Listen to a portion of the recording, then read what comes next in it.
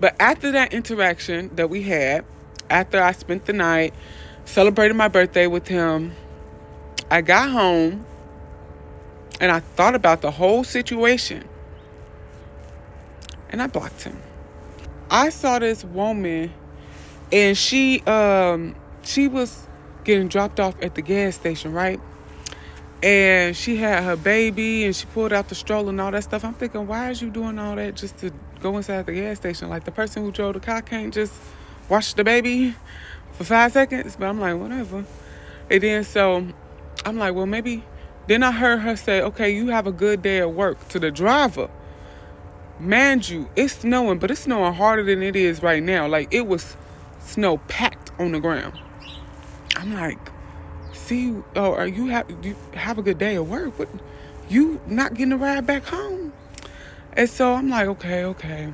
So I go in and I ask her, like, hey, did you need a ride back home? She's like, yeah. So I ended up taking her back home.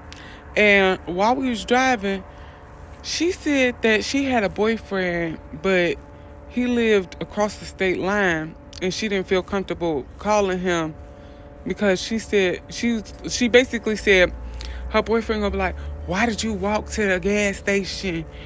All you had to do was call me. And then she was gonna say, well, I would have called you and you would have been like, I'm not coming out there for that. So it was like basically saying, like, I have a boyfriend, but he kind of don't show up whenever I need him. So I just kind of do things myself. Now, of course, that's just her opinion and what she says. It could be that she has just been used to doing things for herself and making a way for herself, so she doesn't feel comfortable relying on her significant other.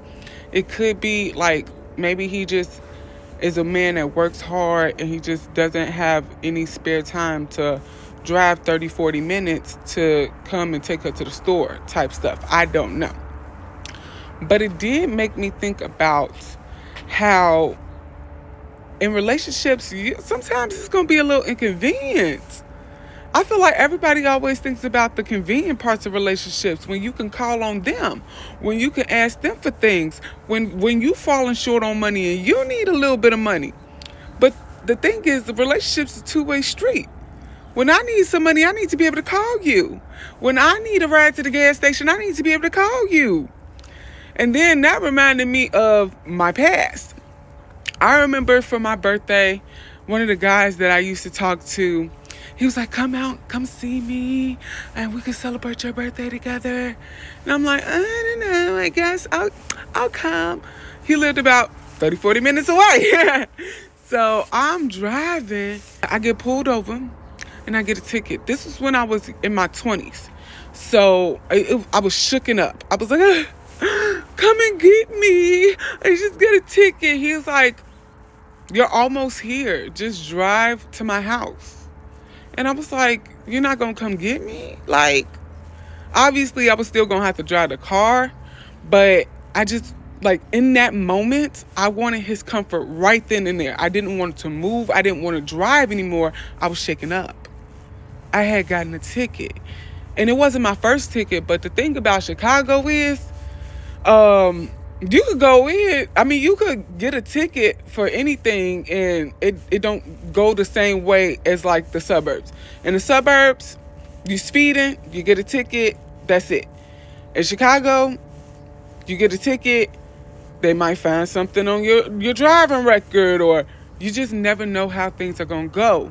So, and that's not just Chicago, that's period, but like, I was in Chicago. That's part of the reason why I was so shook, because I wasn't in my own neighborhood. I didn't know these officers. I had no type of leverage. I can't even call my family and be like, hey, I'm right here. Can you just come and be with me? That's what he was supposed to do. And he told me to just drive to his house. And I did, because I was already there. Like, I was about 2 blocks away from him. So I did.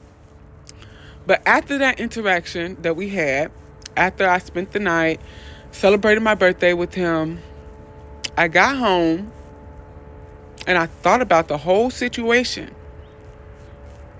and I blocked him. And the reason why wasn't because I was mad or I was angry. I just realized that he was not for me. And maybe I owed him like some type of explanation as to why all of a sudden we just hang out together, spend a whole night like together, and then all of a sudden I just block you. Because it's not like we were just fresh. This was just like some random person. I was talking to him. We was in the talking phase. And then I just blocked him. But it was just because I realized you will not show up for me the way that I want my husband, because we talking right now and you're not even showing up for me. So imagine we 2, 3, 4, 5 years into a marriage. You're not going to show up for me the way I need you to show up for me. And that's okay. Because if it was on the flip, if I had invited him out to my house, if I had told him we're going to celebrate your birthday, and then he called me and said, babe, I'm 2 blocks away. I just got a ticket. I'm a little shook. Can you just come down and meet me and guide me the rest of the way to your house? Is that okay with you? I would have immediately threw on my clothes, hopped in a car, and met him where he was at. Immediately. And so I can't sit up there and have a partner that wouldn't do the same thing for me. You're not willing to sit up there and come down the street 2 blocks to come meet me, even though I told you I was shook. You're not willing to do it. So, no, we can't sit there and talk no more, because now I know that what I want from you, I'm not going to get. So, yeah, I should have had this actual conversation. I was in my 20s. I was immature. But now I'm not.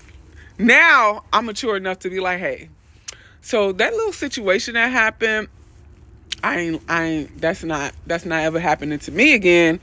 And we're just going to have to be friends, going to have to be people who used to know each other, or whatever you want to be. Because what I can't be is not secure in my relationship.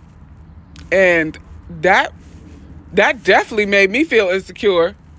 I'm all the way in Chicago, my people in the suburbs, and the person who I'm out here to see didn't show up for me. Yeah. So, now, why am I even sharing this with you?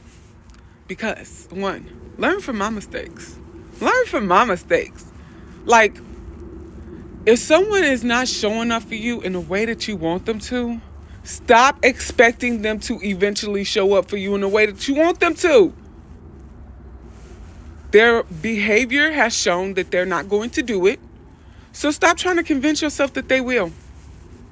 Know what you want out of a relationship, whether that be a friendship, family, business, whatever. Know what you want out the relationship. If it's not actually being met, sever that relationship. Yeah. And then also, I mean, it's not really the point of the video, but yeah, try to have conversations with people so that they don't just sit there and wonder why they're not, why they're blocked, pretty much. But I will also say, be wise with those, because sometimes, those conversations will lead to like, I can do better. Oh, you didn't tell me I can change. Be wise, because if you've seen the pattern over and over and you've tried to correct it with conversation before, there's no reason to have a conversation. But I didn't do that. That was literally the first and the only time he's ever made me feel insecure. And I just wasn't about to let it be another instance. But I should have been more mature. But anyway, I want y'all to have a fantastic day. Remember, it's up to you. No one else.